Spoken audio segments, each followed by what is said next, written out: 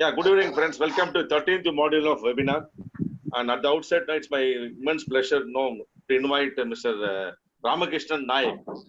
Ramakrishnan Naik is a director of Dakshin Capital Private Limited, providing mostly into portfolio management services, wealth management, investment, advisory, and financial planning services. And he is a certified financial planner. He had served in Bajaj Capital almost 7 years as a senior vice president. Then he started his Dakshin Capital in 2014. He also held a post of president from 2009 to 2019, IFPA, that is Independent Finance Professional Association. He is an associate in life insurance, certified volatile coach from NSC Academy. And he's a very close friend of our group member, Selvaraj. I want Selvaraj to say a few words about Ramakrishnan Naik, then you can hand over the session to him. Yes, Selvaraj. Yeah, thank you, Srivatsan. I think you have given the professional details of Ramakrishnan Naik, but I know him both professionally and personally. He's a gentleman first and then a businessman. That's what I put in a nutshell. Very reliable and a very nice personality he has. So he will be more of a friend to guide in various things. That's what I have to say of Mr. Ramakrishnan Naik. Thank you. Over to Ramakrishnan Naik. Thank you, sir. Thanks, Srivatsan, sir. Thanks, Selvad, sir, for the wonderful introduction. This is a very, very important time. During this time, when we got this opportunity that we would like to speak to a elite group of people, we readily grabbed that opportunity. The idea, what we are going to present is how the economy is and where we are, and how to navigate through this times. That is what the entire idea is. We request everyone to reserve their questions till the end of the presentation. Then we will take the questions by end of the presentation. Our presentation will be of about 40 minutes on these particular areas. Market outlook. We don't give too much of market outlook because market itself is in a volatile stage at this point of time, and some of the opportunities. But more we will dwell on what is relevant to us. That aspect we will dwell on. These are all has been learned by us during our profession, during our sharing. So during this period of time, we have collected some thoughts, and that has become part of our practice too. So we hope this information will be very, very good for you. So let us get into the presentation straight away. First of all, COVID, as we know, it has affected large number of countries. Almost 2/3 of the world population is in lockdown. This is a great information. I don't think anywhere in the previous history, whether it is Great Depression or both the world wars. So this entire we haven't seen any kind of instance or any kind of any kind of world war and any previous instance where we have seen this large number of people are in lockdown. Of course, affected are a few millions, but we are seeing almost 66-67% who are there in this period of time. For a brief period of time worldwide, we had exodus from equities. Then there was recovery. To know the impact, IMF has come out with a very, very strong statement. If you could able to see the screen, it is fine. Otherwise, I will just give a glimpse of what they have said. Today, the world is confronted with a crisis like no other. COVID has disrupted our social and economic order at lightning speed and on a scale that we have not seen in living memory. In fact, we anticipate the worst economic fallout since the Great Depression, which has happened in 1929 to probably a decade and more it was existent. The world economy will go into recession due to this coronavirus pandemic, with the exception of India and China, according to a latest United Nations trade report. This note came in about a month back, but our RBI governor, who came in the news just 2 days back, he said probably world will get into recession and India will also slow down considerably.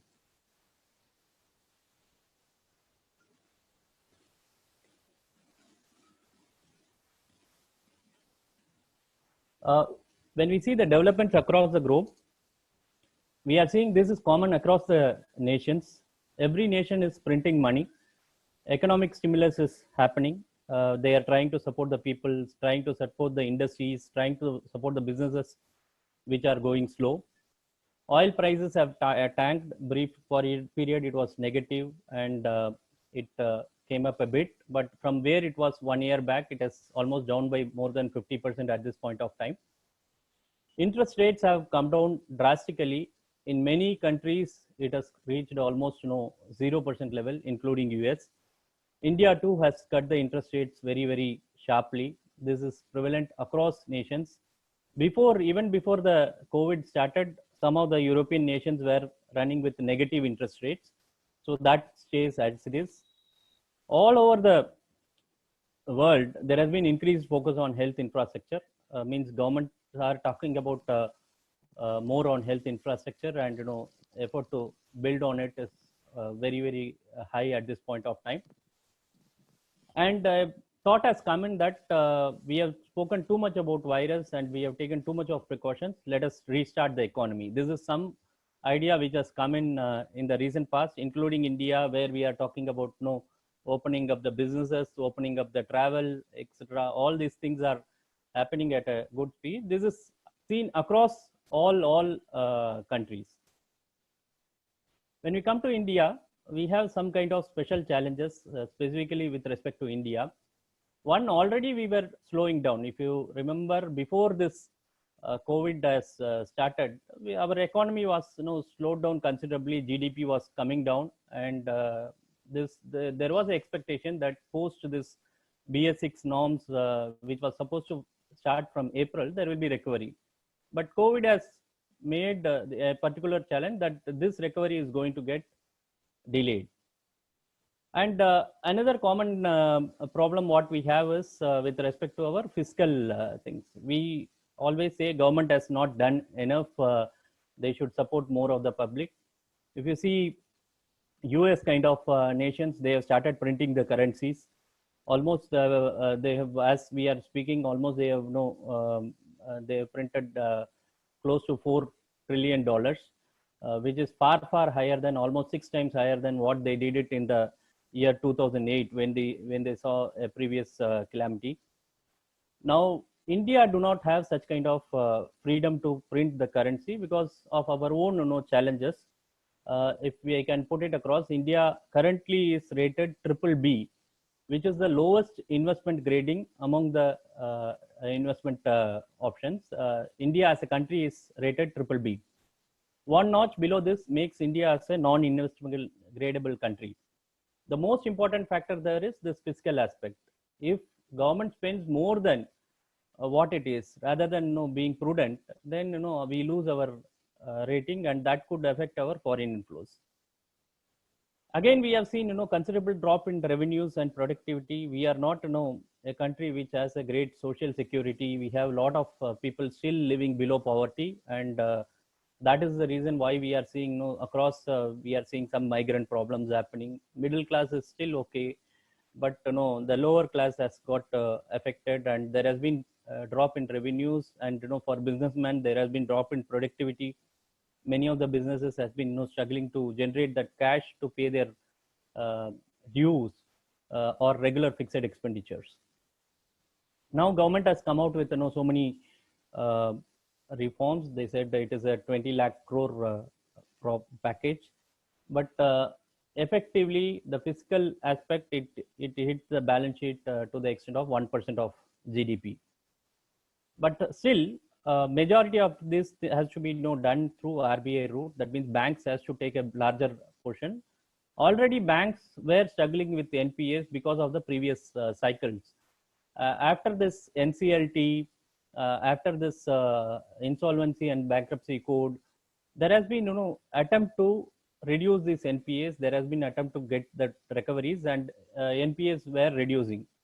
But now with these things in India, the NPAs of the banks can increase considerably, or NPAs of the financial companies can increase considerably. That's why you are seeing banks as well as NBFCs have got beaten down in the recent rally.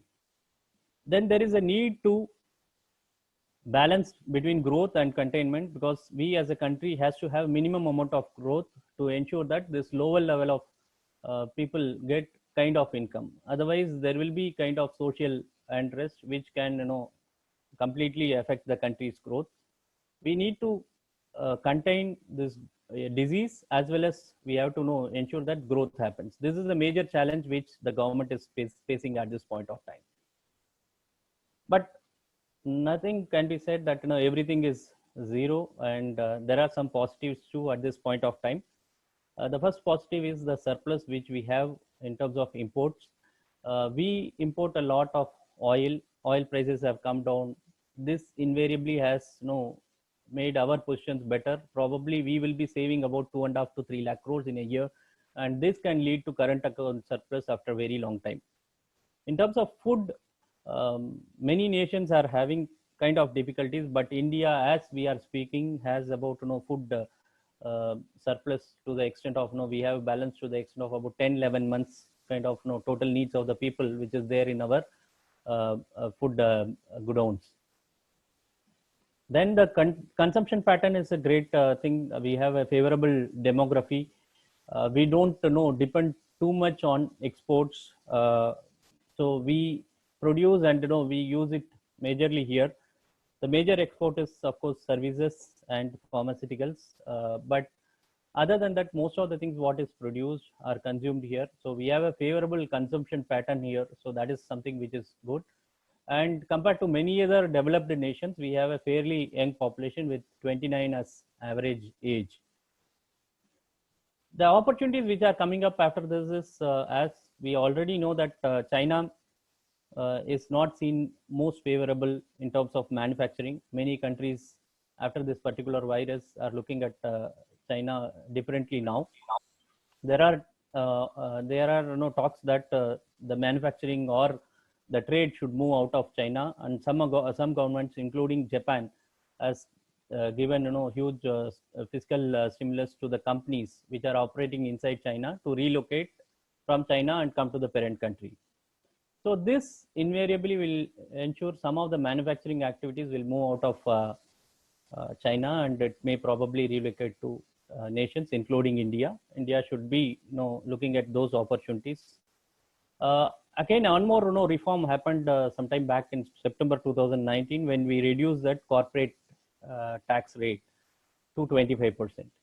So that has made India as one of the competitive destination at this point of time. We don't see that entire relocation will happen to India, but India, if it plays good, then after this COVID, many of the manufacturing units can relocate, and India could be one of the beneficiary there. And we have good talent in critical segments like technology, which is very, very important.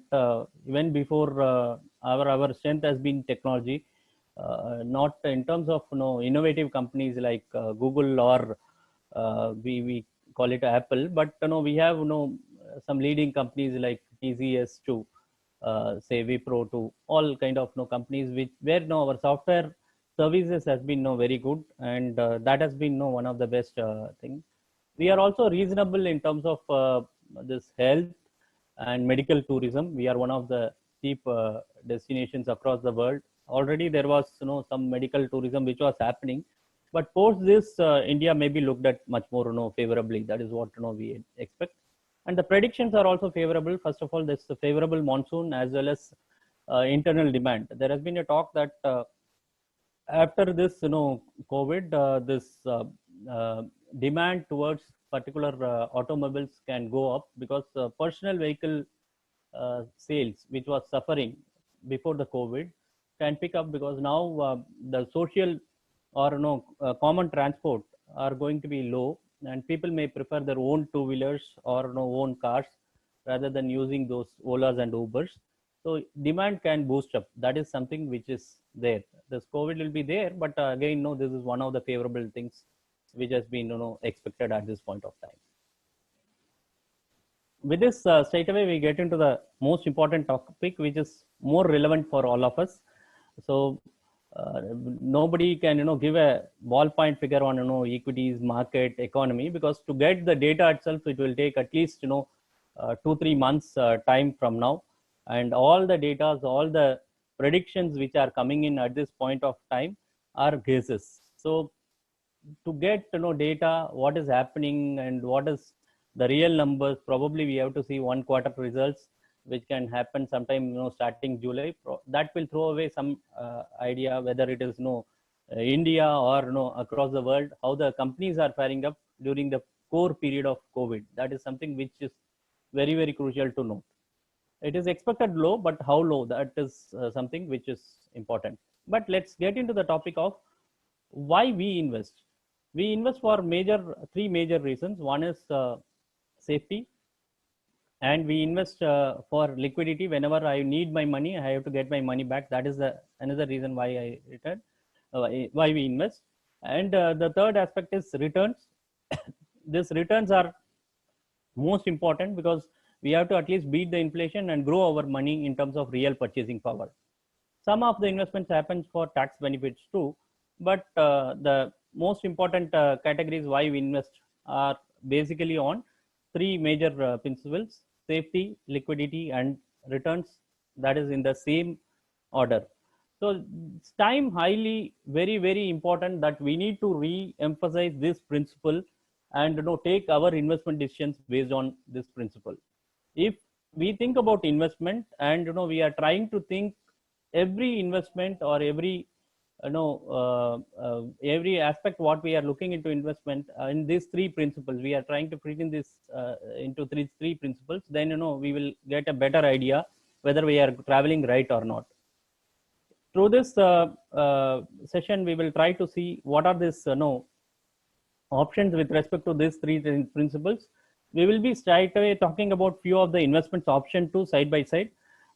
Of course, these are very simple principles, but there are good options which are there across for any investor. Safety is most important. We should not lose anything. The most important quote from Warren Buffett, which all of us know, is never lose your principal or never lose your money. And the second principle is that don't forget the rule number one. That is what which we have seen. So safety is the predominant factor while we invest. What are the options which we are seeing today? As we got the introduction, most of you are in senior positions, and you have an investment portfolio. Let's look at what are the options which are available in front of us for safety. One category is locked in but assured returns. The most predominant product which is there in front of us is RBI's 7.75% savings bond. This is a sovereign guarantee product. That means RBI guarantees principal as well as repayment. It comes with a 7-year lock-in. For people aged above 60 years, it comes with lesser lock-in. But this gives you a assured return with savings with higher post-tax return possibility too, because most of the bank deposits today are going at 5.5% for 1 year, probably 5.75 to 6% for 3 years time. Even this rates can come down in the next 1 month's time, because yesterday there was a repo rate cut and this can go down. So as of now, RBI is giving this 7.75%, and this bonds, the rate can also go down. That is what we are predicting, but as of now it is available. We have seen this Pradhan Mantri Vaya Vandana Yojana, which has come in a new avatar. Just 2-3 days back there was an announcement. Previously it was giving 8% for senior citizens, but now it offers 7.4% with a 10-year lock-in managed by LIC of India. Again comes with a sovereign guarantee. Senior citizen savings scheme through post office with 7.4%, but interest is reset at quarterly intervals for a 80 years period with 5 years premature withdrawal option. Let us look at semi-liquid options which are there. You might have been knowing that tax-free bonds, which was favorable at one point of time, 2012, 2013, lot of tax-free bonds came in from NABARD, NHAI, REC, PFC kind of institutions. These are tradable. These are available in the secondary market. So we can buy these bonds, but with reduced yields. Currently, the yields are around 5% levels, 4.95, 5.1 kind of thing, but tax-free. So with the post-tax return 5.1% compared to the taxable return of say 5.5% from a bank deposit, this looks very, very attractive, and liquidity is there for through trading purposes. Sovereign gold bonds, you might have seen the series of ads from Reserve Bank of India. They are very prominent now. Gold as an asset class is not a fancied asset class for investors, but it performs well at particular times. Particularly these kind of times where the uncertainty is higher, gold do very well. That's why you have seen sovereign gold bonds or gold, particularly as an asset class, has grown steeply in the last 1.5 years time, because there has been a kind of it started with trade war, but it has gone up after COVID substantially. Still, there are no thoughts that real currency is gold, and some of the currencies can lose its value. That's why we need to get into gold. But India has come out with the sovereign gold bonds about 4 years back. The beautiful advantage of this product is it gives 2.5% interest apart from the gold appreciation. Generally, when we invest in gold, we get only one kind of appreciation, which is the gold price rise itself. But here you get 2.5% additional return. That makes it very, very attractive. It's not that liquid because it is a product which is less traded in the stock exchanges. But a person who would like to diversify can look at this kind of asset classes. So reasonable liquidity, some products are there. One is gilt funds. Gilt funds are pure government securities fund, where the mutual funds invest completely into government securities. In a falling interest rate scenario, these products are very, very good. As we see, we have a 10-year government security yield at 5.9%, 5.94%, something like that. So with interest rates going down and not expected to rise, at least in the next 3 years, this kind of products can give a better yield for an investor. Another interesting product which is there is banking and PSU debt fund. I have a small slide which is there, so I will develop on that in the next slide. That is also very good because the money is invested into banking CDs and PSUs debt instruments like REC, NHAI, NABARD kind of instruments. We also have gold mutual funds, which where mutual funds invest into physical gold and keep it in safety, and they give to the investors in form of units. And there is a concept called arbitrage funds, which is again very, very safe. In an arbitrage fund, the fund manager tried to make use of two price differentials in two markets, that is cash market and futures market, and he tries to get a return for the investor. This is a safe strategy. Only risk is when futures market go lesser than the cash market. That happened in the month of March, but these are no specific months. With the reasonable time frame of 1 year and above, this product can give higher post-tax return because it comes with equity taxation. So I was mentioning about banking and PSU debt fund. This is the portfolio of a banking and PSU debt fund. If you could see that left hand side, the top holdings of a banking and PSU debt fund. This is not a recommendation, just for illustration. I have just bought it. Where this money is invested. First of all, the first instrument you are seeing is GOI, that is Government of India bonds. Then instruments like SIDBI, ONGC, State Bank of India, Power Finance, NABARD, and probably banks like Axis, Power Grid kind of instruments, which are relatively stable instruments. You could able to see the credit rating there, which includes sovereign guarantee to AAA rated instruments. So these funds give returns which are similar to 1 year bank deposit or slightly higher than that 1 year bank deposit. The beauty of this product is it gives you liquidity. Any point of time this can be withdrawn, but we will suggest at least an investor with 6 months and above horizon should look at this kind of product, because interim there could be no mark to market risk which can be there in this product. That means the prices can come down because of the trading which is going on currently. So these products, if stayed invested for 3 years, it gives one of the best taxation benefit for the investor, which is indexation benefit. So the post-tax return for an investor can be higher in this kind of product. So this is the past return of this one particular product. If you see the category return, it ranged around say 8% or 9, 7 kind of returns. In 1 year, it has given about 10%, but 10 years it has given 8%. But today we are in a reduced interest rate scenario. Our expectation should be equivalent to 1 year bank deposit, but still it is far, far higher when compared to a bank, because one, you invest into multiple banks and you diversify your investments into multiple PSUs through this one portfolio. So it is not, the risk is also diversified, and it is most friendly product. Today, most of the high net worth individuals are preferring this kind of products, and this has been one of the best things. So a small example is, if we are talking about a 10 lakh investment in a bank deposit, say it offers 5.5%, and 10 lakh investment in a banking and PSU debt fund. So the most important thing is this 5.5% in a bank deposit is tax. So if the person is in 30% tax bracket, so he pays 1.65% as tax. So 5.5, 1.65 goes out, means we are talking about 3.85% post-tax return. That is what the return what we get in hand. Whereas in a banking and PSU debt fund, if the investment stays invested for 3 years, as I said, indexation benefits are available.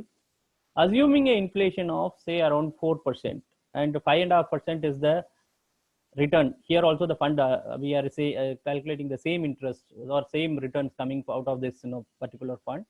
Assuming the inflation index at 4%, so the net real return is 1.5%. On that 20% goes off. That means only 30 paise goes as tax. So 5.5 minus 30 paise is 5.2. On a conservative side, we can say 5%. So it gives on an average post-tax efficient return of 1% to 1.25% for an investor.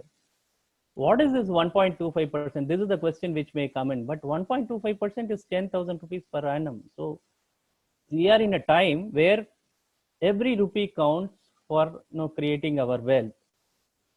This 10,000 may not be very, very lucrative if we are looking at 1 year, but if we are talking about next 10 years and we make this 1% compounding better in our portfolio, it can lead to a higher corpus of about 1.05 lakhs, which is a very, very important thing which investors need to consider. So it is not that particular instrument give us higher wealth.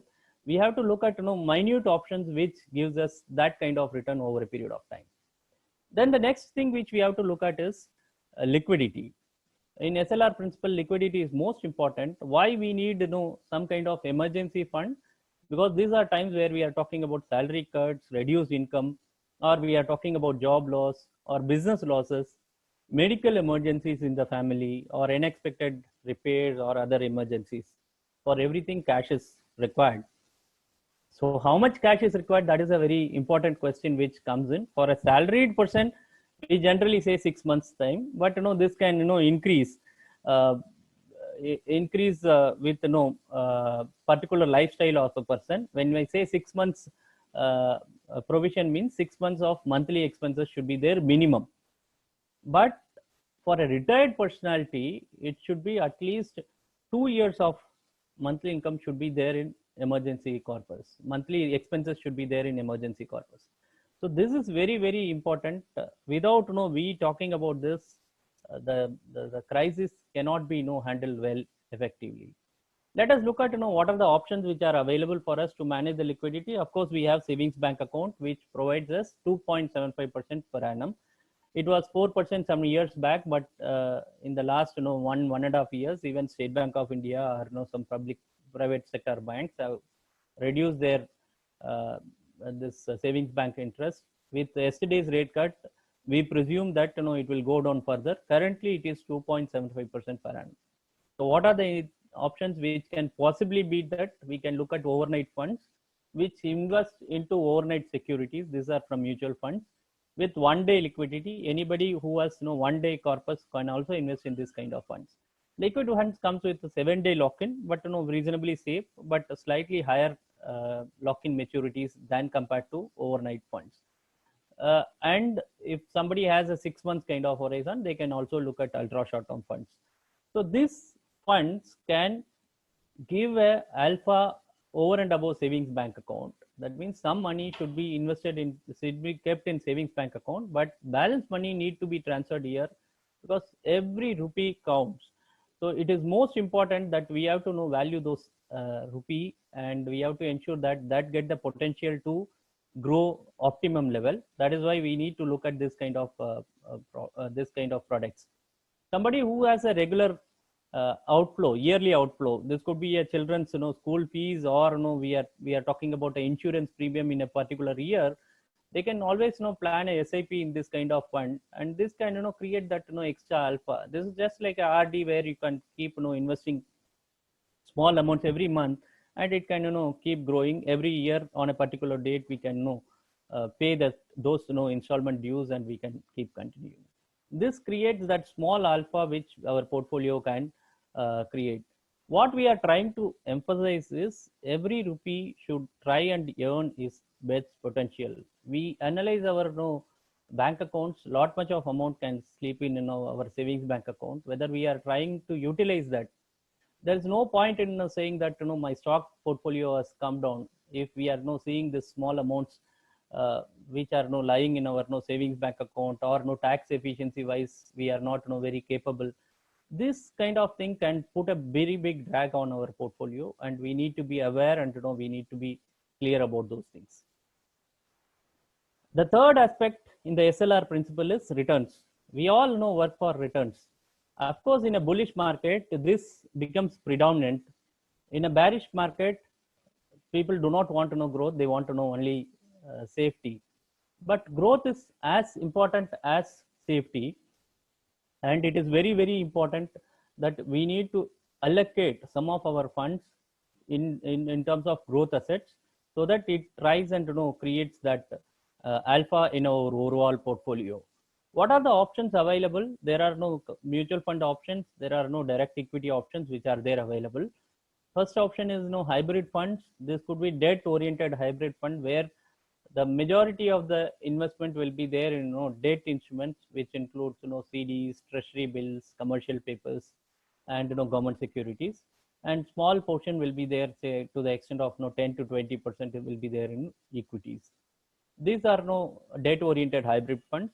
And the reversal of this, say where 65 to 75% of our money invested in equities and balance in debt is there in is called as equity oriented hybrid funds. The next option is dynamic asset allocator fund, where we call it as balanced advantage category. Some of you might have invested there also. So here the timing is automatic based on a preset formula, and it ensures that the money is invested, or money is transferred to the asset class where it deserves more money. That means when the market comes down, more money goes to equities. When market goes up, money is encashed, or profit is booked, and more money moves to debt. So this is something which is there under dynamic asset allocator class. So these are options which are available. One can look at that thing. And the equity funds, where we are talking about diversified equity funds, it could be large, mid, or small cap fund based on one's own risk appetite, or thematic in equity funds like technology fund, pharma fund, or infra fund based on the thing which is looking more better at that point of time. Or as a diversification strategy, international equity funds, where we invest in world equities, or particularly US equities, or world gold, or world agri. There are so many concepts, or world brands. So as a diversification purpose, one can look at this kind of thing.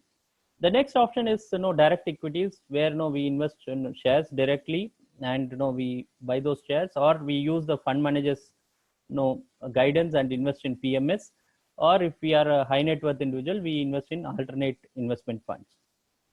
Some of the money is invested for dual purposes, that is for long-term wealth creation as well as for tax saving. The instruments are from mutual fund, the ELSS schemes are available. From insurance companies, ULIPs are available. From national pension schemes, the scheme itself is available. So these are instruments which will help us to create that returns over a period of time, but we have to come with a time frame of pretty long term. What is this long term thing? For every individual, this is very, very different. But unless the money has a time horizon of at least 7 years, these instruments may not be considered. So some instruments can go as long as 10 years, but at least a 7 years horizon plus should be considered for this kind of asset classes. So what investors should do at this point of time? Generally, when markets move up, we have to sell or book profits. When markets come down, we have to buy. But what we end up doing is we buy when markets move up, because we are very comfortable that index is reaching higher regularly, or the stocks we have bought or mutual funds we have bought are showing very positive return, and we keep selling because it has started coming down for some reason and all, and it is going the same way. This is why people keep losing for every time. They say that whenever I invest in the market, that starts moving down. Whenever I pick a stock, that starts moving down, because our interest comes in after that particular stock starts rallying up. So why one should not sell due to fear? That is something which is a very important question which comes in. So we look at a roller coaster. We think this roller coaster is a great one, and we want to get excitement by getting into the roller coaster. So when a roller coaster moves up, that is when we sit into a roller coaster and it starts moving up, we are pretty thrilled that this roller coaster is going to give us a experience. But the moment it starts going down, then we all feel scared. But we don't realize that it was our decision that we got into the roller coaster. So the thrill comes in when we stay invested in that roller coaster for quite some time, just with the right strategy, which is using that belt. That belt protects us. So there is no need of any scare with respect to that one. But we always doubt our own decisions when things go down. This is same with equities too. So in equity markets, correction have been normal. This was one of the we have taken a data of one of the best bullish phase of market. That is, previous bull phase was there in Indian markets between 2003 and 2007. Even during this bullish market corrected by close to 20% above thrice. So every bull market also comes with correction. In bear markets, the correction stays little longer, but bull market is very, very important, and it follows the bear market. Three things which anybody cannot predict, or no one can predict, is when shall market correct. We can have our technical analysis, we can have our fundamental analysis, we can do anything, but when shall market correct? What happens on a particular day? What happens? We can throw guesses. Probably 50% of the time we can be much correct, but 50% of the time we may also lose that thing. So when shall market correct? It is anybody's guess. How much will market correct? When we started seeing Nifty falling from 12,000 to 7,500, there was a talk that it will go down to 6,000, but it reversed and it went up to 9,700, 800 few days back. When it went to 9,700, 800, then again those technical analysis started coming in that it will touch 10,000 and it will go up. But again it has come down to this 9,000 level which we are seeing currently.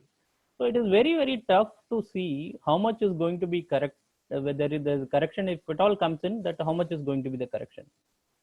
The most important and tough thing to predict is how long will it take to recover.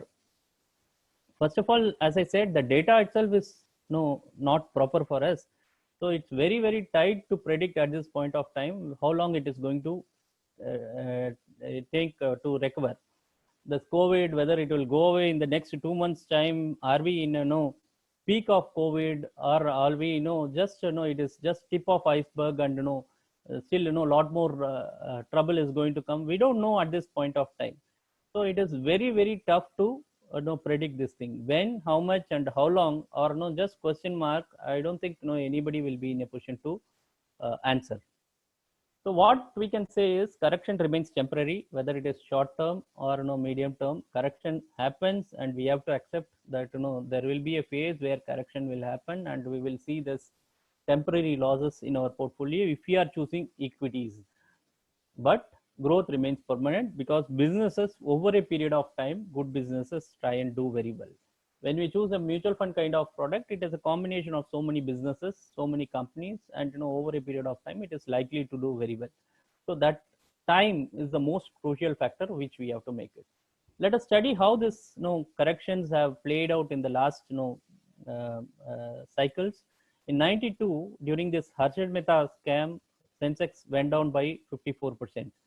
It took 1.5 years for us to recover, and that market moved up by 127% at that point of time. Then there was Asian crisis in 96, where index went down by 40%, and it happened over a 4 years period. 4 years, there was virtually no return, and it was very, very low. But thereafter, in 1 year's time, it recovered all the things what it has lost. During the Y2K problem, so we had about 56% dip in 1.5 years time. Then next 2.5 years, we have seen that 138% upside. In Lehman crisis, that is in 2008, most of us may have that memory of the same, where 2/3 of the index levels got corrected in just 1 year's time. But next 1.5 years, we have seen that recovery. The next bear phase was in 2010, where we had seen that 28% of the drop was there in Sensex, but in 3 years time, next 3 years time, it recovered by 93%. So currently we have now seen about 20% kind of correction, but from peak it corrected by about 30%. Then it recovered partly in the last few weeks time. So how long it is going to take is just a guess. What can be an indicator? One most important indicator which we follow is how is our GDP? What is the market cap to GDP ratio? What is this ratio? Basically, to put a thing, market capitalization is total capitalization of all the listed companies in India divided by India's GDP. If you can see this chart, whenever this ratio goes above 100%, then corrections followed over the next 3 years time. Whenever this ratios move down, so this the below 60% level, then next 3 years time, it was much better. So every instance this happened. We are not saying that next 3 years it can happen like this, but this is an indicator whether we are entering into a market and whether we are getting a fair valuation. Of course, in some pockets there are no higher valuations. Valuations are expensive, but this can be a good indicator for us. So in 2008 fall, a peculiar thing has happened. We had seen this SIPs. SIPs have been a prominent concept, just like RDs. We keep saving or we keep investing every month some money into this equity schemes. And in 2008, the data talks about January 2008 to 2009, March 2009. In 15 months time, a 10,000 rupees SIP, the value invested would have been 1,50,000 rupees. It's lost its value. The SIP returns were showing negative. This 1,50,000 investment would have been down by minus 35,000 to minus 70,000 across various top schemes which are listed here. What has happened is we have seen almost 70% of the investors stopping their SIPs or withdrawing, saying that enough is the loss and let me take out that money. 70% was the total number of investors who withdrew or stopped their SIPs. What happened the next period was very, very interesting. Just January 2008 to March 2009 was the first data. We are just extending that by 2 more years. That is, instead of March 2009, it is March 2011. If the person continued that thing, instead of 15 months time, 36 months, if they have continued their SIPs, every SIP has given that profit. Those who had that patient and those 30% of the investors, they stayed and they made their profits. This is what the most important thing. If we talk about individual stocks, also the same story. So Hindustan Unilever was not a favored stock between 2003 to 2009-10. For 7-8 years, it was giving nil return. Then it started its bull run, and it has moved up in the last 8-10 years. Reliance Industries till 2016, for 8 years it was almost nil, but last 2-3 years it has become a favorite stock of the market. We are seeing such kind of stocks even in today's scenario. So the thing is, no, the patience is most important thing for any investor. When the rally will start, we don't know. But fundamentally, if you are doing right things, probably the chance of earning better return is good. This is the most interesting chart between the two world's largest, rich men in the world. One is, Jeff Bezos, the owner of Amazon, and the, investment guru Warren Buffett. Amazon's man asked, Warren Buffett, Warren, you are investing in this. Your investing strategy is so simple. Why people could not able to copy you and get rich? Warren answered simple that because nobody wants to get rich slow. Everybody wants to get rich faster. That is what the problem is. If people are understanding and they are ready to get richer, even if it is slow, then it is much simpler. So the right strategy is to stay invested and stay in safe in this category. Have combination. If you have done your asset allocation, if you know the money what you have brought into equity market is long term and you are not worried about it, just if it is qualitative, just stay invested. If it is not qualitative, then you have to have a review on that thing. So this is the most impactful slide which I got when I started my business. I can say this, this is the words of Bill Gates. If you are born poor, it's not your mistake. But if you are going to die poor, it is completely your mistake. So this is most powerful because the wealth is not created just like that, and it takes time. With this, I'm going to give I'm going to share few important principles of our life. Of course, when I do the live sessions, I try to make it interactive, but due to time paucity, I'm not going to make this interactive. We are not just putting in the slides. Generally, during the talks, I ask people, which vehicle do you take? I give a distance between, say within the city that, say if you are not familiar with Chennai, so a distance of 10 kilometers, how much, which vehicle do we chase? People say, I use that bicycle or I use that bike. That will take me faster because my car may come with a traffic jam. Whereas for intra-cities between Chennai to Bangalore or Mumbai to Pune, probably I may prefer a car. Whereas long distances, say Mumbai to Kolkata or Mumbai to Delhi, probably that flight will be a much option. So for our destination, which vehicle we take for our destination depends on the distance what it is. So the same thing is prevalent for all our investment too. If at all we are having a horizon of less than 3-5 years, why to risk that money with equities? Better to stay invested in debt. If at all that horizon is longer, that is like the distance is longer, we need that alpha and stay invested in that equity with staggered investments and meaningful investment. One need to look at it. The next most important concept which we talk about is how do we allocate?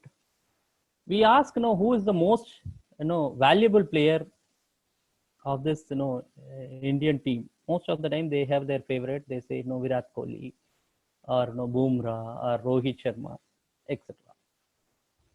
But this is a slide. Who is most invaluable means everyone is invaluable. That is the right answer, because a successful strategy works only if we have a proper allocation. Right allocation determines the victory. It is not that one Virat Kohli, two Virat Kohli level. If the person continued that thing instead of 15 months time, 36 months, if they have continued their SIPs, every SIP has given that profit. Those who had that patient and those 30% of the investors, they stayed and they made their profits. This is what the most important thing. If we talk about individual stocks, also the same story. So Hindustan Unilever was not a favorite stock between 2003 to 2009-10. For 7-8 years, it was giving nil return. Then it started its bull run, and it has moved up in the last 8-10 years. Reliance Industries till 2016, for 8 years it was almost nil, but last 2-3 years it has become a favorite stock of the market. We are seeing such kind of stocks even in today's scenario. So the thing is, no, the patience is most important thing for any investor. When the rally will start, we don't know. But fundamentally, if you are doing right things, probably the chance of earning better return is good. This is the most interesting chat between the two world's largest, rich men in the world. One is, Jeff Bezos, the owner of Amazon, and the, investment guru Warren Buffett. Amazon's man asked, Warren Buffett, Warren, you are investing in this. Your investing strategy is so simple. Why people could not able to copy you and get rich? Warren answered simple that because nobody wants to get rich slow. Everybody wants to get rich faster. That is what the problem is. If people are understanding and they are ready to get richer, even if it is slow, then it is much simpler. So the right strategy is to stay invested and stay safe in this category. Have combination.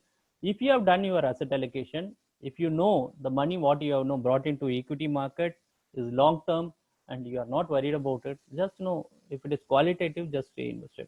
If it is not qualitative, then you have to have a review on that thing. So this is the most impactful slide which I've got when I started my business.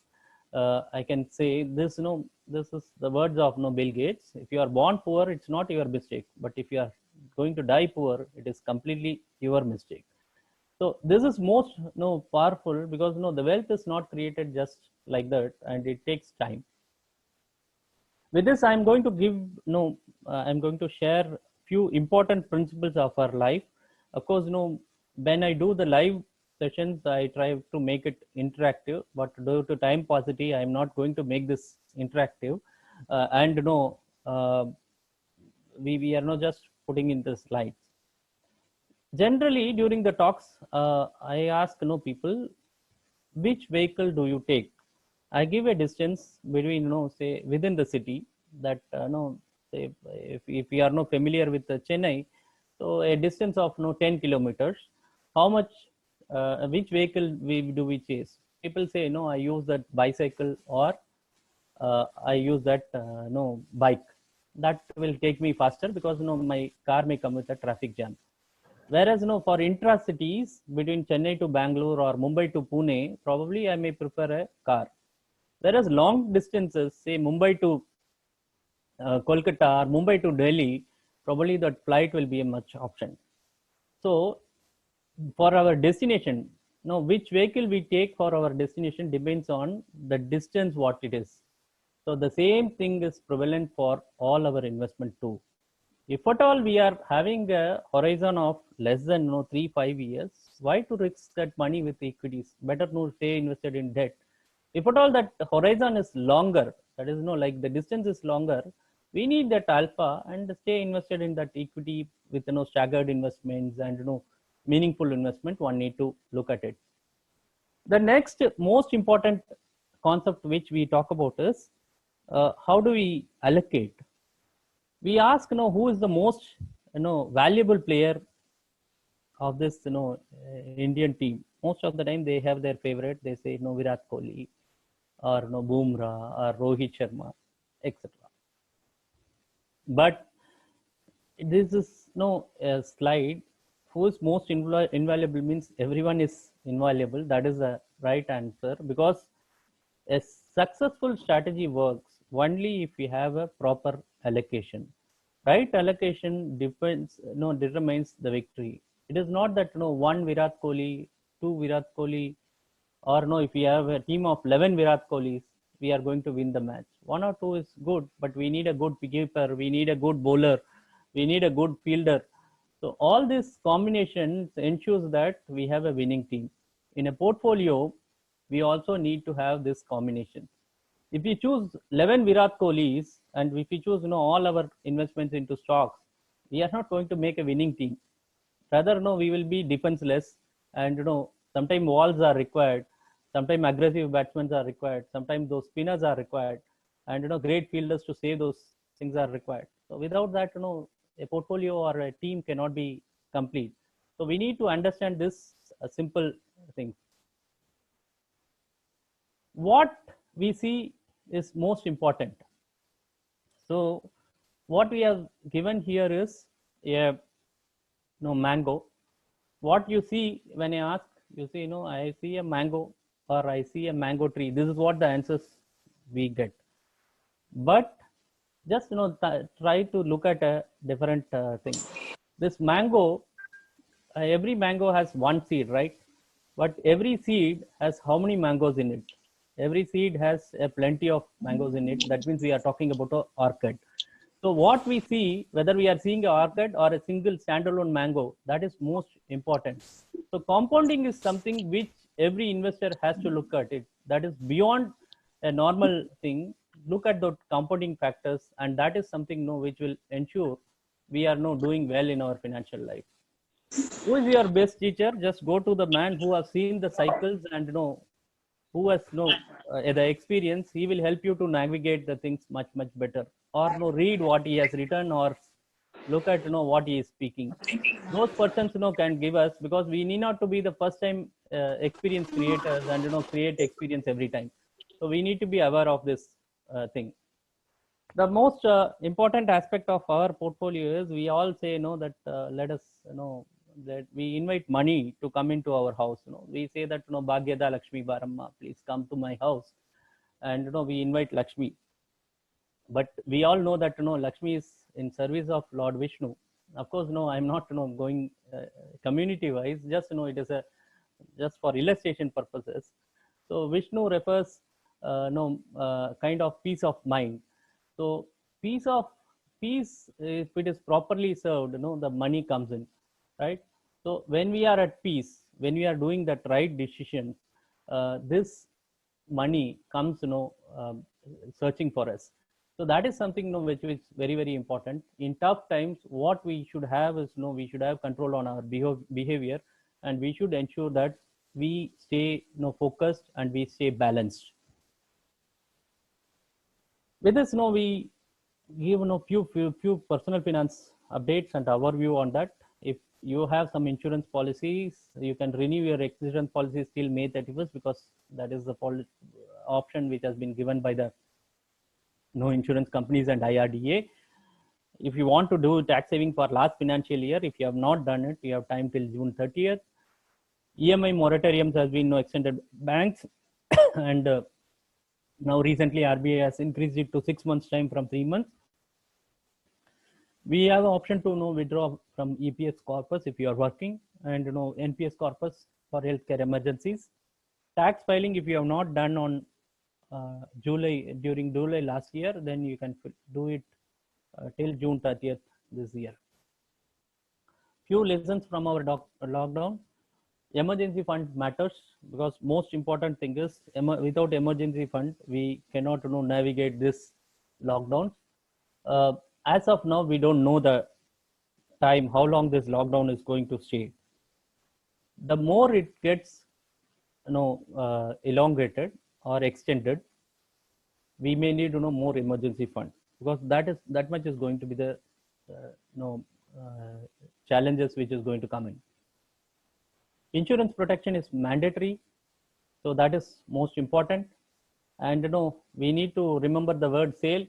So you may record sale offers coming in through your this e-commerce platform and other sale platforms after this COVID get over. But whether we need to save that 50% off, or we have to save that 100% by saying put on that thing without buying anything. And these are times to learn our skills. One of the thing is attending good sessions and reading good things and getting our category of network extended with good people, so that we have that value coming in our life. These are times where needs and wants have become more clear. We know that today our life, to run our monthly lifestyle, it doesn't cost more. 2 months we have not gone to those fancy hotels, or we have not gone for that expensive weekends, or no summer vacation tour this year, for example. These are all saved something. Of course, we lost income due to lockdown, but this has really made that expenses simple. If we look at if you have a budget and if you have been looking at that thing, we have not spent. So needs are very less in our life. It has been the wants which has been determining our expenses. So we have got a free lesson in getting those delayed gratification. This has been the thing, and we already have enough in our thing. Many a times, people look at, why insurance. We had this experience of, people saying, why health insurance? Vehicle insurance is mandatory, but why health insurance? Why this property insurance? Why, say my, jewel insurance? All these things are, thought as a expense, right? We don't see that as a protection for our saving. So any loss happening to our health or asset is going to take money out of our saving, right? So Wimbledon is a classic example. For 17 years, organizer paid $2 million US dollars as premium. $2 million US dollars is a hoping sum, and they paid for 17 years without claim. This is the first year where Wimbledon, for reasons of COVID, it has to get stopped or dropped out, and they got the claim of about 141 million. So for 17 years, they had that patient, right? So it is very, very important. Protection comes first before we get into the thing. I come to my final slide. Just a review of what we have discussed. Then we will open the things to we will open the session for question and answers. First thing is have emergency corpus, have sufficient thing, have consult a proper advisor. How much is this emergency corpus is required, where to keep it, how to keep it, that is most important. For each individual, this can differentiate. Adequate health cover is important. Most of you, if some of you are retired, just look at your health insurance cover.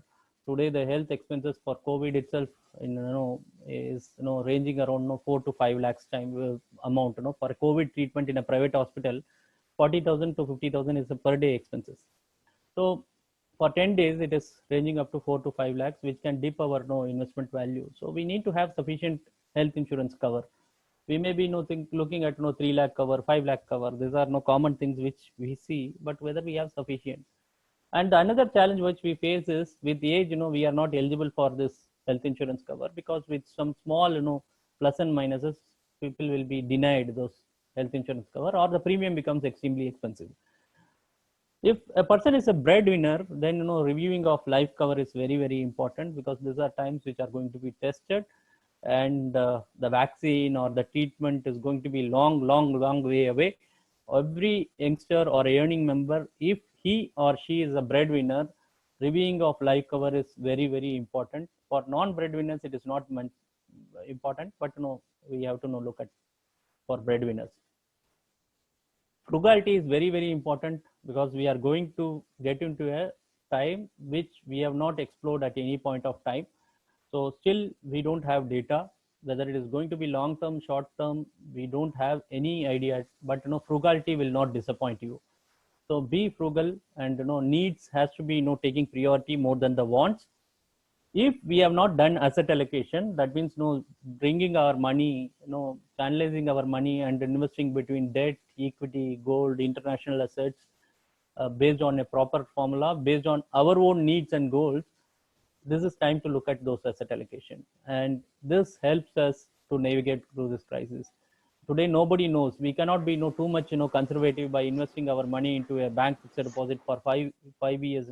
5 years, 5% can come in, but that can grow by only 25%, even with compounding 30%.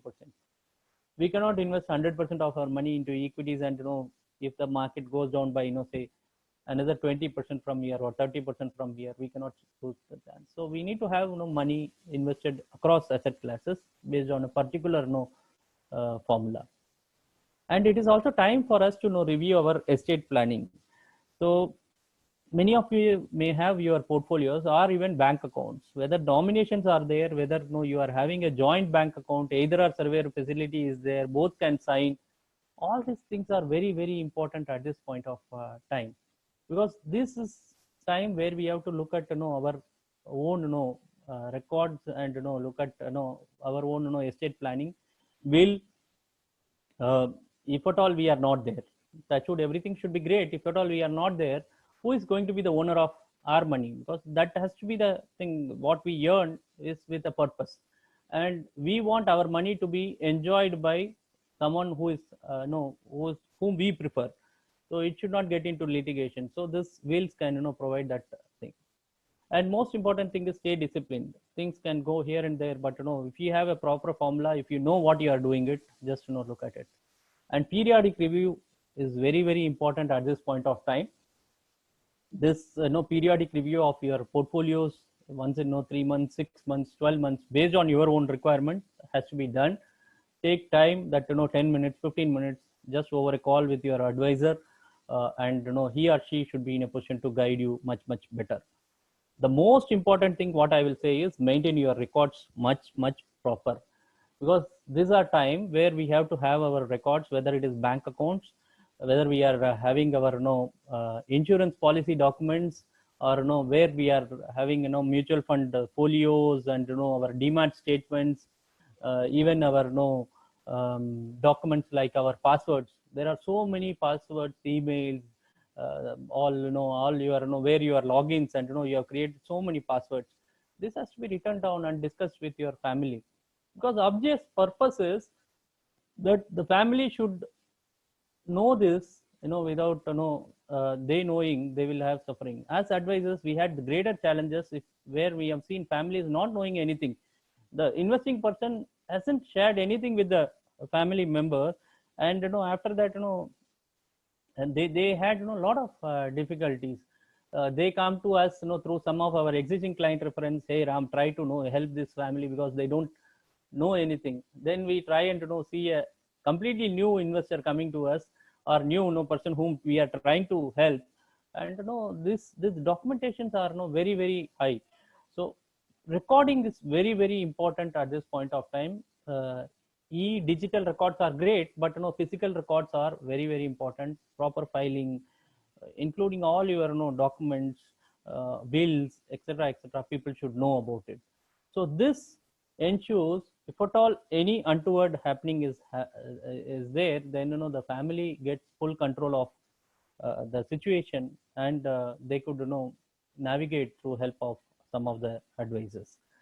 So with this, I thank you for the opportunity. Any kind of questions, I'll be open.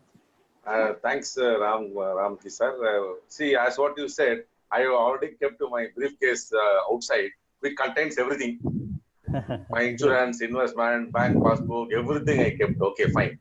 The one thing I just wanted to ask, now you compared with that Harshad Mehta period and Lehman Brothers, 2003, 2008 crisis and all. Okay, Correct. That is and all very short-lived. But today, the COVID situation is not a short-lived, because we don't know where is the end. Correct. The way things are, new cases are coming. The way it is growing, the number of cases, isn't it? And almost, I think, December, Jan, February, almost 5 months, 6 months is going to be, we are entering the 6th month, isn't it? No. Is it the right time to invest? And most of the financial advisors, they say stay on cash. Don't go for property. I don't advocate for, because here, most of the SIP and most of are now very poor ROI, isn't it? Now everything has gone down, isn't it? And we don't know, as what you said, we don't know where is the bottom. Okay. Yeah. The stock market. Yeah. Hello? Yeah. The stock market. Yeah, we don't know the bottom, isn't it? No. Correct. See, when people say 7,600, when they say 6,000, it may come. They are trying to give you negative information to market to take a wrong position, isn't it? No. These are the things most fund managers and advisors have been doing. I never follow. But is it the right time to invest? Sir, your question is a very valid question. We were trying to address this thing. See, if you are asking if it is the right time to invest, I will say always invest. But where to invest is the choice which we have to make it. If you are saying that if it is the right, if you are rephrasing your question to, is it the right time to invest into equities, then again, as I said, we have to emphasize on our own asset allocation, because when we are into a scenario where we don't know, right? We need to have into so many assets. Broadly, we say 3-4 asset classes are there. So when we are seeing this 3-4 asset classes, and we are just based on our own requirements, we are invested in this 3-4 asset classes. with a particular kind of allocation, it will always help us. Whether equity is going to go up, go down, we don't know anything. So we can say no, it is going to go down, right? Then, we probably, if COVID, some medicine comes in, we don't know whether medicine will come out or not. Some kind of medicine comes in, and we are seeing the markets booming up. Then we will be looking at a equity market which is going much higher. A small portion based on our own requirement should be there in every of this asset class, and whether we have to be higher towards debt or higher towards equity, that defines our own thing.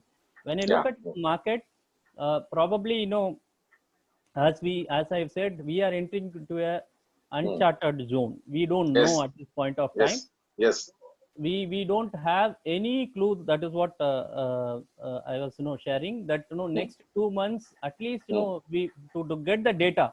So today we are at the comfort of our house and we don't know what is the real impact. Unless we are into business, we know our own business impact, what is happening in our business. But all the other information you are getting is out of your TV channels and newspapers. Whether this business is losing this much money, whether they are rightly putting it across, whether the GDP numbers which are declared are correct, to know that itself, it will take at least 2-3 months time for us. So we should be looking at. So time has to tell. Fine. Yeah, time has to tell, and we have to have our investment balance. Today one needs to look at risk assets and non-risky assets, and we have to keep hedging. That is the only thing which we have to do. One other thing, 2008, Lehman, see what happened. The most people, Asia's biggest issue came, Reliance Power, most money got blocked. Satyam Computer also again had a big fall that time only, isn't it?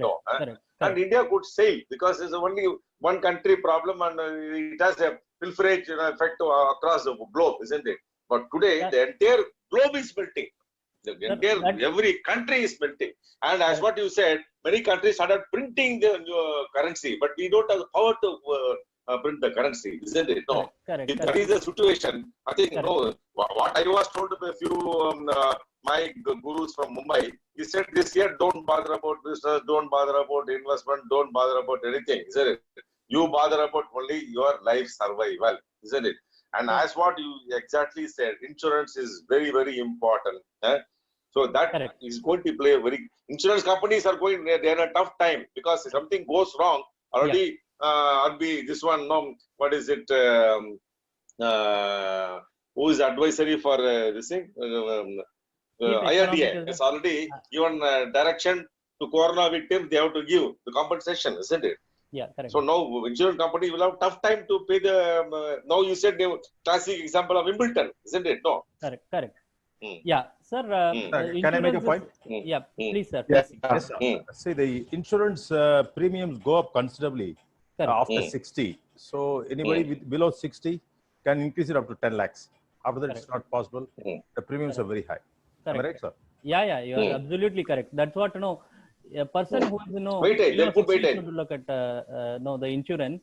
Otherwise, the family may not have sufficient cover. So today we are as you rightly pointed out, sir, we have very, very peculiar situation. If at all a COVID comes in, a normal COVID, as I said, takes about 4 to 5 lakhs per person in a private hospital. The ICU charges, recent billing came in for per day. The private hospital charge 4 lakhs per day for an ICU thing. So what kind of insurance cover is sufficient? This is a big question mark. So we may be 1 in million to get contracted, but what is that? It is going to be sufficient. So we don't know really. That is the thing. So everybody in the family should be properly covered. That is the most important thing.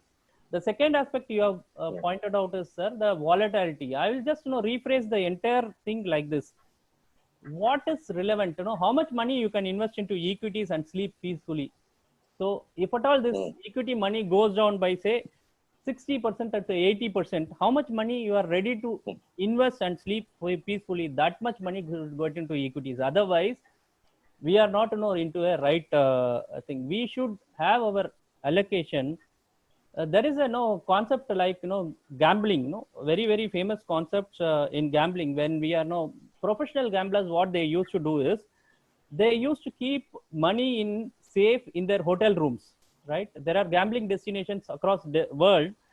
They used to keep money in safe lockets in their hotel rooms, and go with what they can afford to lose on a particular day. With that money, they enter into a gambling position, right? So they are comfortable to lose that money on that particular day.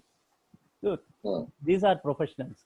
So we cannot say that we are gamblers, but how much money will give us peace? By investing this much money, I am still peaceful because my lifestyle is not going to get affected. That much money should get into the equities. There is no point investing in the equities and keep worrying market is moving up, moving down, because nobody has explored these things very well. In 1929, let me give you the worst thing. 1929, this Great Depression started. We had similar situations like this at that point of time too. Then market came down by about 20 to 30% at that point of time. People thought, okay, this is the end of the downfall. Let me invest. Then they started investing at that point of time. Then market fell down by 80%. Right? 1929, whatever was the stock exchange level of US stock index, it came to that level in the year 1954. It took 25 years time. Right? 25 years, are we ready to invest in stocks and without return? That is very, very important for us to ask. Right? So how much money we can allocate to equities and sleep peacefully? Whether my personal financial position, because no two individuals are great. My friend is investing in equities, I also invest in equities. That cannot happen because he is into a different zone and I am into a different zone. So we all have different kind of financial profiles. So we need to be understanding our own goals, and we have to look at that. Yeah, I have a question to ask. Please, sir. Yeah, dear. Yes, see, sir. now Yes, currently you have been touching upon all those factors. Correct. We have some fund reserved in equity, some in debts, okay, some Correct. have in stocks, some in FD, Correct. and some in all those factors. Correct. But yesterday, when I was attending a program with builders' point of view, right, they say that in the last 3 years, the basic price of the apartments have not increased. Like for example, as it happened in 2005, the boom. Correct. Last 3 years, it is almost the same. Correct. Currently, what RBI has also informed that they have reduced the repo rate, and actually it has come to around 7.2%. And it is very ideal time to invest in a good home, because there is going to be an increased office space and increased house space. For example, like working from home, or need to be a quarantined individual room, and all those factors. On one point, he was in homes or apartments. Point number one. Yeah. Point number two, I will just come to you. Please. It seems like currently there is an increase in all those commodity prices. Okay. Right. Probably an average spend of 35,000 rupees for a family of 4, with or without rent, 50,000 rupees with rent, is going to increase automatically by around 70,000 rupees, around 25,000 rupees. Yeah. So basically, there is, it seems that everything, including tickets, all those factors, needs to get increased. Yeah. Probably so. So there are 2 point of factors. One is actually managing the current value of money which we are spending. Yeah. And second thing is that how to future invest and get the maximum benefits. So Right. where all you feel you suggest is better? Sir, we are it's a very good question, sir. Thanks for that. See, this commercial aspects, we know commercial rent is taken a beating now, but you are talking about a residential rent. Residential property investment goes up with 2 factors. One is the affordability, and second thing is with respect to feasibility. Whenever there is cash surplus in retail home, that means a person is ready to take finance and buy a home. That shows the possibility that this prices can move up with a futuristic point of view. Today, the ability to take a loan has come down drastically, and it needs to be seen whether this job losses are going to be temporary or it is going to continue for some time. I'll say that at least next 6 to 12 months time, we may not get clarity on this aspect, because people will fear to take loans because retail has to dry it. Yeah. Yes. Loans. They will not be very comfortable in taking loans at Correct. least next to 6 to 12 months time. Then the second aspect which has to be considered is, look at always your rental yield. That will give you a idea. What you have said is a very, very relevant factor. You touched upon that rental yield as a factor. Today, let us assume a city like Chennai. I can give an example where you are buying a flat, say worth 1 crore, and you are renting it out. You are not going to stay there. You are just renting it out. Then the potential rental yield what we get is around 2.5%. That means what we get is about 2.5 lakhs as rent over 1 year period. That is around 21,000. This is the today's rental yield I am talking about. In some areas it could be 2.75 or 3. We don't know. Whenever this rental yields go more than 4%, then the property prices become attractive. And for that, prices have to come down. It is not going to be that easy. We have seen, affordable properties, prices have come down in the recent past, that is, about 1.5 to 2 years back. Whereas non-affordable properties still are very, very expensive at this point of time. So it need to come down. So that will determine whether we are going to see a bull run in the property market or not. At this point of time, I will stay put in my decisions with respect to property, because that comes with a most important thing, which takes away the surplus cash to a greater extent to one kind of asset. If my rental yields are not going to be very attractive, probably if we don't have tenant who doesn't pay any rent, so people lose jobs and they don't pay rent. That is something which has been prevalent, and we have been hearing from my friends. So where I also have a house where the tenant is just lost his job, and he's having struggled to pay my rent for the last 2 months time. So this is very, very crucial indicator that whether we can afford to invest in this kind of properties. We need to get some more time. We have to just wait for those corrections to happen. But lower interest yields rates are very, very good time for us to enter into a property. But we need to wait till now, till for some more time, because price corrections have not happened. Price correction has to happen, then purchasing power has to come in. 2003 to 2011, if you note, all this purchasing power came in from services industry. Those IT professionals drove the property market. Whether we are agreeing or not, those are the guys who wanted to buy that first home, second home, third home, and they drove that prices. I don't think we can get that kind of scenario immediately. So I'll stay put at this point of time and take a call maybe after 6 to 12 months time. Hope I have answered your query, sir. Sir, thank you. One of the slide of yours, I just want, because here most of the people are retired and business people, I think not much in employment. Okay. Right. The one slide of yours, insurance renewal extended till 31st May and EMI moratorium for individual from banks. Okay. Isn't it? Correct. I request all because my auditor told me, please do not avail both. Because when you are postponing, you are bringing more burden. Isn't it? Correct. No, and yesterday, I got a call from a bank offering a loan. And he said, then when I told them you are offering only less amount, immediately the bank manager called me, sir, you increase your stock position and we will sanction immediately, isn't it? No. Then he said, how come suddenly you are calling me? He said, no, we have gone through all the details and you have been paying all your EMIs, everything perfectly. You are not opted for moratorium. So if you are in a moratorium, your chance of getting a loan is very, very difficult. Correct. See, having money, if you avail moratorium, if you require money for business, no, you will not get loan. That's what she told me yesterday. Am I correct, sir? Correct, sir. Sir, the thing is, just I have updated. But salary class, no rental, you would not pay rental for them. Yeah. No, I just updated that in the slide. I just said, these are developments, but these are not recommendations.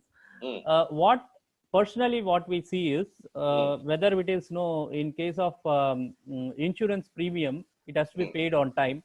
Just IRD has given a facility, but it has to be paid on time or renewed on time. Then the second aspect what you have touched upon is the moratorium concept. Moratorium, if at all we are delaying by 3 months time, the period can get extended by 9 months. So 6 months is going to be the loss by availing the 3 months. Correct. Just we calculated this morning. If we are extending by 6 months, now RBI yesterday, day before yesterday said, we can extend it by 6 months. Another 3 months, yes. Not 3 months. It goes up by 18 months. Correct. Yesterday, another 3 months, 18 months overall, cumulatively. Yeah, 18 months. That means, you are going to pay 12 monthly installments extra by availing this. Correct. Six thing, and people are not aware about it. And you have to pay the interest. Yes, interest on interest. There is nothing Interest on interest. nothing free, sir. We are living in a world, and we cannot expect anything free. I think in the foreseeable future from government or from any parties, we cannot get anything free, because we are not in a position as a country to offer anything free. Probably, if at all we are riding that will add to a greater burden for us, and it is going to be more dangerous for us. That is what and one should not avail it. That's what I wanted to say. If possible, pay it on time. And I have one last thing. Somehow I am not comfortable with the bonds, because the interest rate risk is there, credit default risk is there, okay, and prepayment risk is there, isn't it? No, don't you agree with me? Sir, bonds, as we are saying, see, this is invariably all of us are bond investors. So we cannot plan a portfolio without bond. So if at all we have to get, say I have retired from my work, and we have to get some fixed regular income, predictable income, we have to go and buy a bond. One is as I said, it is a RBI bond. RBI bond has a sovereign guarantee. It doesn't have a credit risk. And it has a sovereign guarantee. Government itself ensures that this is there. And you have guarantees from postal schemes. You have guarantees from LIC schemes if it is assured return policy. These are the sovereign guarantee areas where you are having. The other category which I was talking about is banking and PSU debt fund. That means you are, if we are seeing a credit default there, that means your bank is going to default. That means your money in the bank also can go off. So that is the risk. If money in the bank can go off, that means country is in danger. We need to be taking a prudent call by investing into securities which are best at this point of time, and we need to allocate what is regularly required. That money should come from bonds or fixed income securities rather than from equities, because today we don't have a equity instrument which can pay us on monthly basis. This is not possible at all. And how much to trade, that is very, very important. And you are an expert in that thing. You have also conveyed your view. It's a very important call, that what money we can afford to invest in equities and sleep peacefully. If at all 5 years equity market do not perform, that money can go into equities. Other than that, one should not touch equities at this point of time. So it is very, very tight what can say scenario which we are going to get into, and with the kind of hate the world is having today. You talk about a country, any country is talking about nationalism as a predominant factor. You go across the world and talk about the countries, they are talking about nationalism as a predominant thing. They have their fight with their neighboring country. Not even one country is as peaceful. They are very, very problematic thing. And citizens within that country are somewhere or other protesting, whether it is India, US, Russia, or we are talking about Hong Kong, which has happened yesterday. Even Chinese, they are a thing, but it has not come out openly. But things can go wrong. So to navigate that, you have to have your insurance. Insurance can be availed only in two asset classes. That is your bonds, where your credit guarantees are somewhat much better, including your government securities and other things, or gold. I will say gold is also some kind of currency, real currency. What will say? I have a question. Yes, sir. Please. Okay, what's our one? Please, sir. Yeah. What is your take on the collateral-free loans announced for SMEs?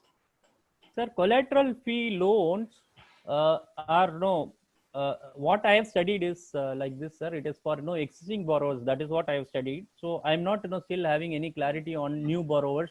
Suppose if the company was uh, paying its dues or not availing any loans previously, they will have no difficulties. But today, collateral fee loans are required for genuine businessmen. But sometimes it is very difficult to find this genuinity.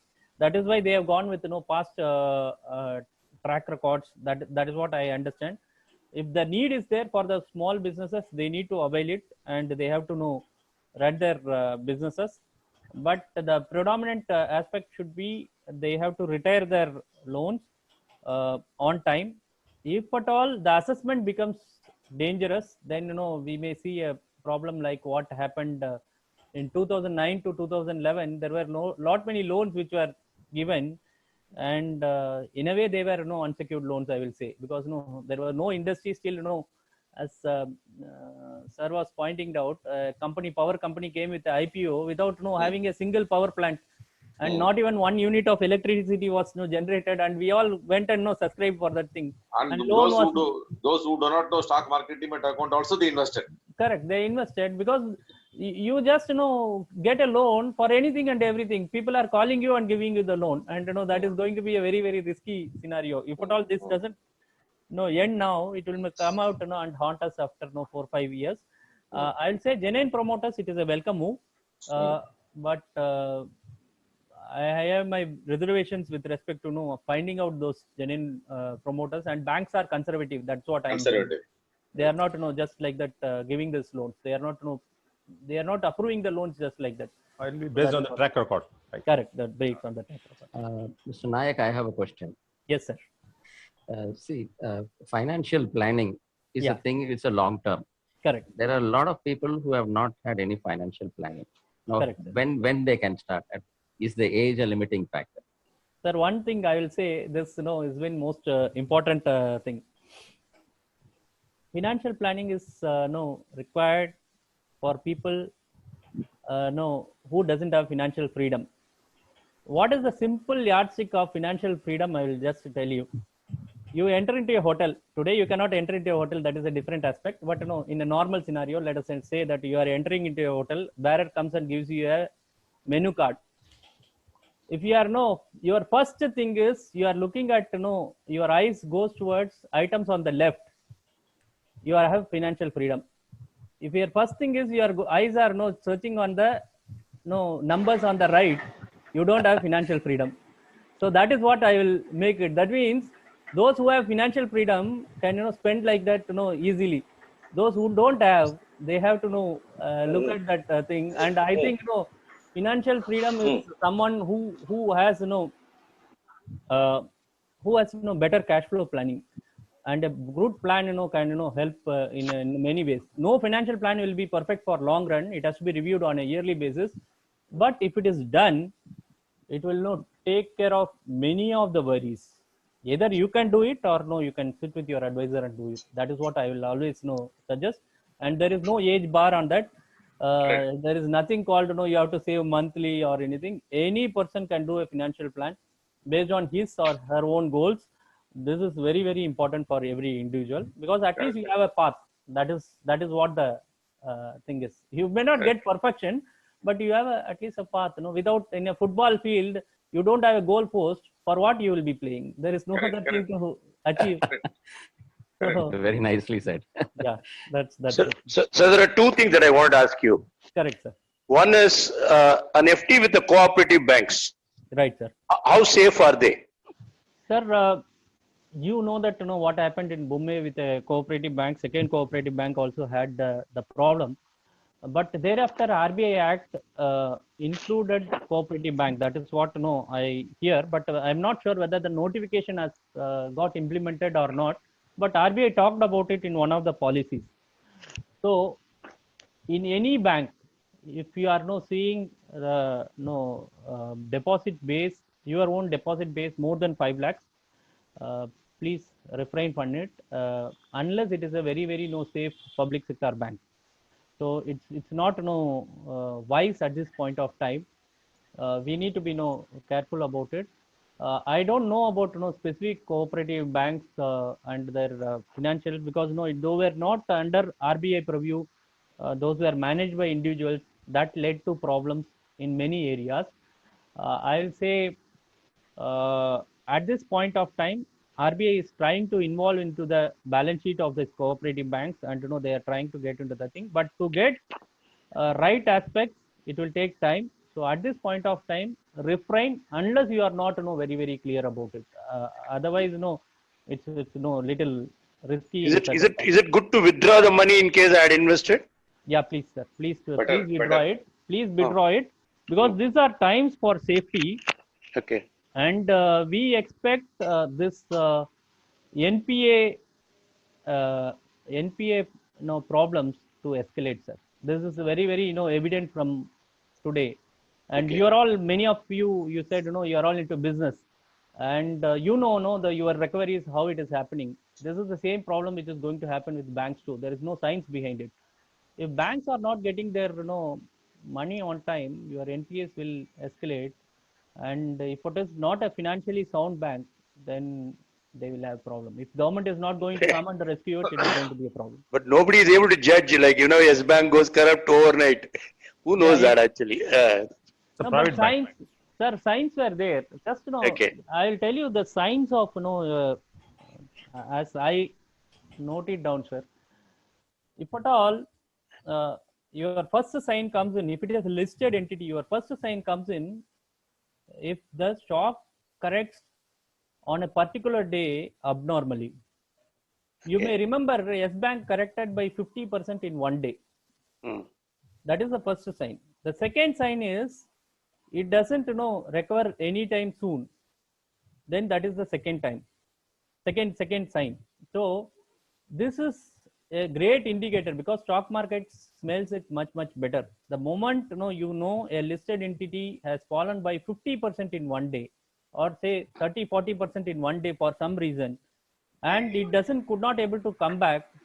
So stock market is a predictor, great predictor. You should not leave that thing. That will come into bond market too. And this has been evident in DHFL. This has been evident in Yes Bank. Easy Jewelers. Yeah, everything. You can name that. Everything, sir. Everything. You are a guru, sir. Kings. Everything. Whatever it is, 50% down, 50% down in one session. That is one day. One day. Of a day. So anything can happen, and that is leading to some kind of default or other. But most of the cooperative banks are not listed, so very very difficult to identify. Correct. The second one, what is your take on investment on physical gold bars and silver bars? Sir, I will say, if your physical bars, you could able to manage it securely. That is great. True. So your house has to be secured if you are keeping it, or you are carrying risk is there between your house to the bank locker. So that is very very crucial. So, and bank locker again has some charges. Beyond this, there is a purchase cost for gold bonds, gold bars, by you buying it with a slight premium. So that is the thing. So it is important. You need to be reducing your cost on managing that thing. Number two, liquidity. Whether you can sell it and get cash on time. So your entry is easy, right? It is like Abhimanyu's Chakravyuh, right? So you can enter, but exit is not very easy. So selling is not your jeweler says you buy jewel, I will not give you cash. You don't get the cash. So that is the most important thing. Correct. When you buy a jewelry, again you pay that wasting charges, you pay that making charges, which are around say 10%, 12%, 16%, which are fancy charges where jeweler make the profit. It is not it's not as an investor you are losing. Rather, I will suggest, if you want to invest in gold as part of your asset allocation, gold mutual fund units are very reasonable. Their costs are something close to 0.4, 0.5, 0.6% per annum, not more than that. They give you money, they give you entry at today's gold value, exit at that day's value, and very very liquid. The second and most important aspect I discussed in my presentation is sovereign gold bond. This is revealed by RBI, and it is no very safe. First of all, because RBI guarantees the payment of principal. Oh. Second thing is, RBI has assured that if you wait till maturity, that is till 8 years time, there is no capital gain tax. For the gold appreciation, you don't pay any tax. In physical gold, in mutual fund units, you are going to pay capital gain tax. But here, if you are waiting till maturity, you are not going to pay any tax out of it. And the most important aspect of it is, if you want to know sell it in between, those things are listed in the exchanges, you can sell it. Plus you get that 2.5% extra interest too. So you have all the things which are very favorable there, and I will suggest you to look at that as an option. Fine, sir. Thank you, sir. I have one And, question. Nayak, Yes, I sir. have one question. Yes, sir. Coming back to the health insurance, Correct, sir. if your one is above 60 and you cannot increase the slabs. Correct, sir. It's a limitation. Correct. And there is HDFC is coming out with what is called one top-up plan. Correct, sir. Suppose if you have got What do you know?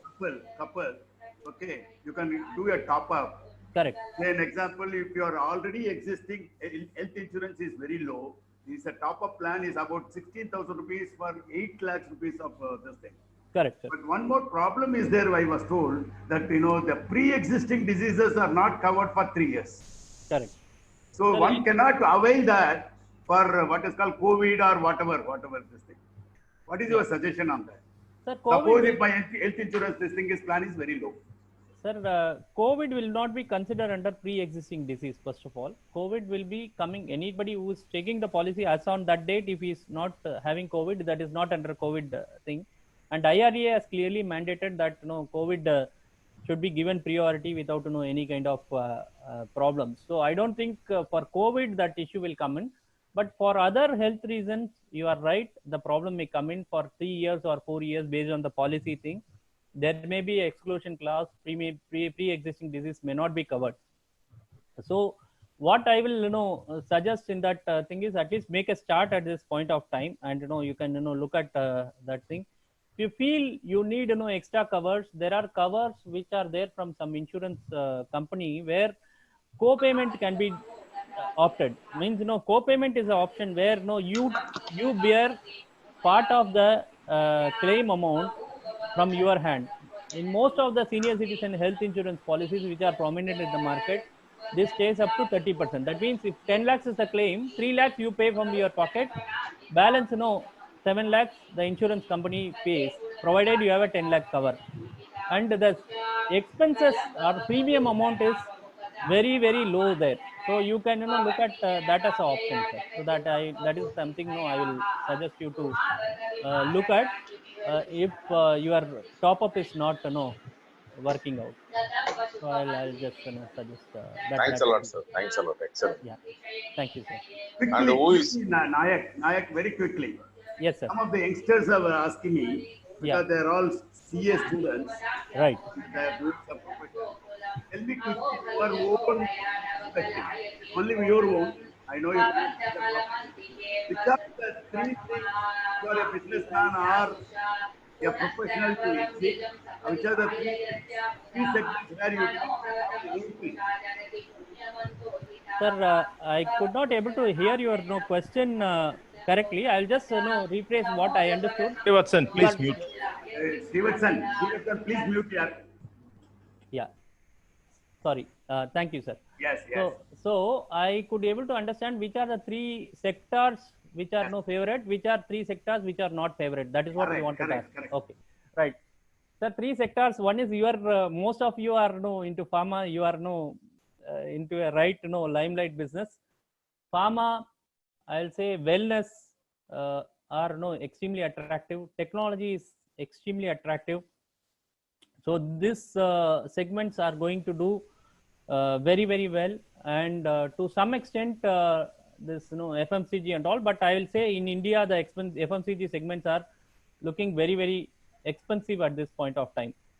If at all the recovery happens, or if at all the lockdown gets over, we see demand coming up in automobiles, personal automobile space. Two-wheeler, four-wheeler things will rise. So pharma, technology, and as a contra, this two-wheeler, four-wheeler will be one of the best thing in the immediate phase. The other thing what you are asking is with respect to segments which we have to exit. The segments which we need to exit are one, travel related segments are unclear at this point of time. They may anything related to travel, hospitality, hotels, all these segments. If we have some exposure, we need to be very careful about it. If at all we have exposure towards NBFCs, where the chances of defaults are there, unless they are very prominent NBFCs where the ratios are very good, we have to be very careful about that as a segment. And if at all we are having exposure to highly leveraged companies, just you need to keep watching on this thing.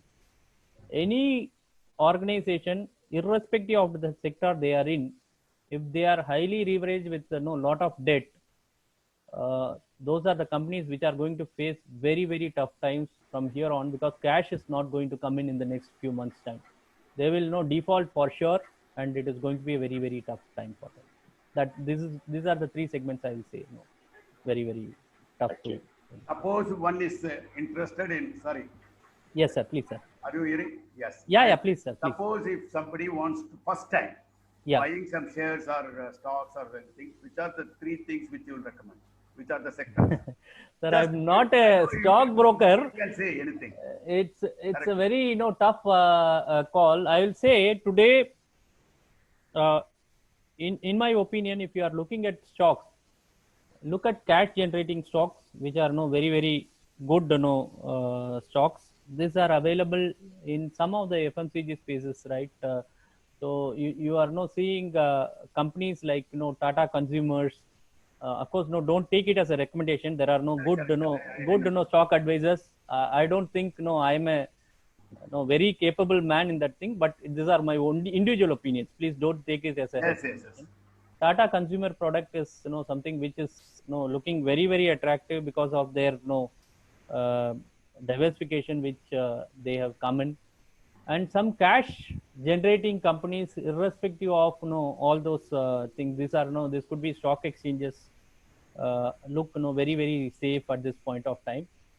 And I will not say the third segment as a particular stock, but if you are looking at a pharma fund, because pharma is a basic sector which is not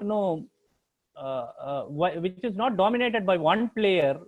If you see you are all pundits, of course, but the leader changes every cycle. So I'll say a pharma fund looks much more interesting at this point of time, because it will be comprising not only pharmaceutical companies, it will comprise wellness companies as well as hospitals and even the testing. You can say health labs, etc. So that looks very good even from today's thing, because across we will see this government expenditure is going to grow tremendously on health and health related. Next budget and all, we will be spending a lot on health for sure. That is there. Thanks, thanks. Thank you, sir. And one of your slide, who is invaluable? Yeah. Most invaluable. Yeah. I would like to play with the 11 Virat Kohli. Yeah. Because see, when you ask people, there are two groups. So one group is 10 people of intellectual and 100 people are idiots, isn't it? No. And if you tell a person there are two groups, you are free to go and choose a group according to your convenience. By and large, people go and choose the 100 mass of idiots, isn't it? They don't choose a 10 class of intellectual. If you go and join a group of 100, you will become 101st idiot. But if you go and join 10 intellect, you may be 11th person, but your rest are should you are above 100 idiots. I would like to play with 11 Kohli. The purpose of that slide was slightly different, sir. It is about about one fielder, one batsman, one that is what that slide, Correct. Only players, batsman. Fielder, batsman, bowler. Where is Yeah. the bowler? Where is the If wicket Virat- keeper, fielder? You know. Yeah, if The Virat Kohli importance- bowls, if Virat Kohli keeps, then definitely we are going to lose the match. Virat Kohli is a No, great batsman. Bowls also. Yeah. So No, that no, is see, I am in the context of investment. I am telling you. I Yeah, would yeah. like to tell. No, I'll just that the idea is to spread across asset classes. That is what I was saying. Not skill set of Virat Kohli. You are right. What you are saying is skill set of Virat Kohli. If you want a batsman, I want like a batsman like a Virat Kohli. That is what you mean to say. That is what I understand. So 5 Virat Kohlis in a team, that is 5 batsmen. It is great, but next 6 should be bowlers, proper all rounders, and a great wicket keeper. So without them, a good winning team cannot come in. The But balanced sometimes team. even Virat Kohli I can would- contribute. I would say that Virat you Kohli don't can put all your contribute. eggs in one basket. You need a sir, balanced team. Correct. We Sir, need So a- you I am don't not put all your putting- eggs in one basket. Not putting 10 eggs in one basket. 10 different basket, which competency of Virat Kohli. That's all. correct. No, the best in each field, sir. I'll say the best in each field. So, But we don't know. Virat Kohli will be shining like this for another 1 year. Somebody will replace, no? By the time your portfolio will change, no? Somebody else will. no, By it the is. time your portfolio will change, no? Yeah, that's what we have to keep the market vigil. Yeah. Correct. Sir, it is we are all Very good. correct with our perspective. I'll say we need to be looking at our own plan, and then fix those team in our portfolio. Our portfolio should be strong enough to weather the market. That is what I will Right. submit. Sir, you have taken too long. So hours. one Let's go on. small question. One Yes, small sir. question. Please, sir. Please. Regarding health insurance, Yeah. You said mainly for senior citizen, which is the best company with very cost effective, good service, good schemes. Which is the best company you feel where you can recommend? Like, Sir, I will say for senior citizen above 60, Health insurance, yeah. I will say go for co-payment policies from Co-payment. standalone health insurance policies. Star Health has a very, very popular plan, senior citizens red carpet plan, which works very well. I was told that this is available with other standalone health insurance companies like Religare, TTK, and some other companies also. I don't recollect immediately the name, but standalone health insurance policies with good claim settlement thing, where you bear some of the costs, sir. You go for co-payment so that you save on the premium, but have some kind of health corpus, sir. In our portfolio, I will say most of our clients, when we are when we are dealing with the clients, we say have your PPF account earmarked for your health corpus. Most of the clients have PPF balances, not to withdraw from it under any circumstances, because after 15 years it becomes almost liquid. So that money grows at 7% or 7.5% or 8%, whatever be the interest rate at regular point of time, and you just have to use that as a health corpus. So in case that 30% requirement comes in, it goes from your PPF account. If nothing comes in, that keeps on growing, so there is no problem. So that is what we will always suggest. Always have 30% of possible health claim in some safe instrument. But all you don't have a PPF, go for a proper health corpus. I'll say a Standalone. folio should be created for a health folio. Name it as this is my health folio, and keep it, not to touch it under any circumstances. Let it earn 5%, 6%, no problem, and parallelly go for a health insurance cover. That will save your purpose. So I'll say that is most important at this point of time. Fine. Thank you. Thank you, sir. My battery is drained. Sorry, sir, I've taken a lot of No time. problem. No, I'll Thank you very much. A Thank you brilliant very much. program of Thank great you, sir. usefulness. Yes. Thank you. Hope I could able. Yes. Yes. Sorry. Very valid Selvaraj, point. thanks Nayak for giving a good there insight. any- Thank you so much. Thank Thanks you, to sir. Selvaraj. Thank you, sir. You were having Ramakrishnan, sir. You are having. Thank you, one question, Selvaraj. I think. Is there any policy which covers life as well as health?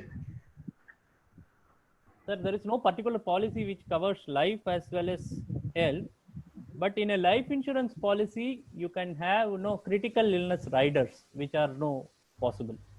So some of the life insurance policies comes with a critical illness rider, but those are specifically meant for those particular 13 riders, or those are major diseases like heart disease, cancer, kind of major diseases. You can pay some extra premium along with your life insurance premium and you can cover.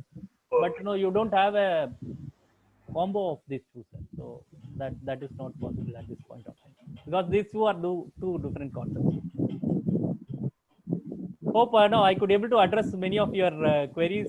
Thanks a lot. Thanks a lot, sir. Thank you, sir. Thank you. Thank you. Thanks The for best the programs opportunity. I've attended. Thank you, sir. Thanks a lot. Thank you. Bye. So nice of you. Thanks a lot, sir. Thank you. Thank you. Bye.